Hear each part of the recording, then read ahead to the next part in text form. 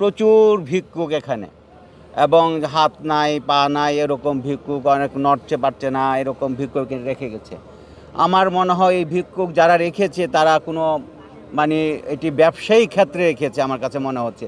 এগুলো একটু খেয়াল করবেন, এটি আমি রিকোয়েস্ট করব স্থানীয় মুরব্বীরা সহ পুলিশ যারা আছে তারা আর একটু সচেতন হবে।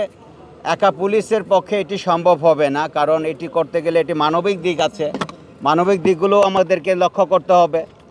আর সেই জন্য আমি মনে করব ইজতেমার যারা ভলেন্টিয়ার আছে তারা আমাদেরকে যদি সহযোগিতা করে, পুলিশকে সহযোগিতা করে এই ভিক্ষুকদেরকে আমরা একটু অন্য জায়গায় স্থানান্তরিত করতে চাই, কারণ মুভমেন্টে যদি প্রবলেম হয় তাহলে কিন্তু ইজতেমাটি সুন্দর হবে না। আর আমি ভয় পাই সেটি হলো ইভ্যাকুয়েশন প্ল্যানের জন্য। এই ভিক্ষুক আর হকার যদি থাকে ইভ্যাকুয়েশন প্ল্যানে আমাদের খুব কঠিন হয়ে যাবে। এখন হয়তো বা আপনারা এটিকে টাফ মনে করছেন না, এটিকে খুব বিপজ্জনক মনে করছেন না।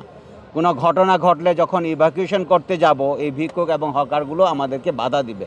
আমি আশা করব এই কোনো পরিস্থিতি উদ্ভূত হওয়ার আগেই এদেরকে আমরা একটু দূরে সরিয়ে রাখব।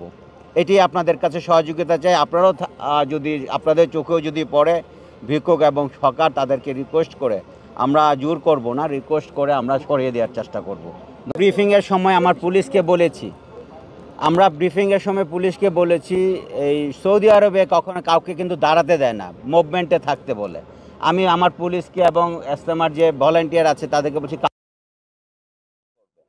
কারণ জুমার নামাজের সময় যদি কেউ বসে যায় তাহলে কিন্তু সামনে জায়গাটা ফিল আপ হবে না এবং এটি বাধার সৃষ্টি করবে। তাই আমি রাস্তায় কখনো বসতে দিব না।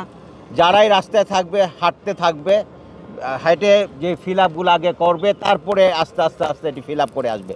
যেহেতু জুমার দিন আজকে প্রচুর মানুষ হবে, যদি রাস্তাগুলো প্রথম থেকে দখল হয়ে যায় তাহলে মাঠ খালি থেকে যাবে, তখন নামাজেরও ডিস্টার্ব হবে। আমি তাই আমার পুলিশকে এবং ইজতেমার যে মুরব্বীরা আছে, যারা সিকিউরিটির দায়িত্ব আছে, ভলান্টিয়ারের দায়িত্ব আছে, তাদেরকে রিকোয়েস্ট করেছি কাউকে রাস্তায় দাঁড়াতে দেওয়া যাবে না, 1 সেকেন্ডের জন্য না, মুভমেন্টে থাকবে।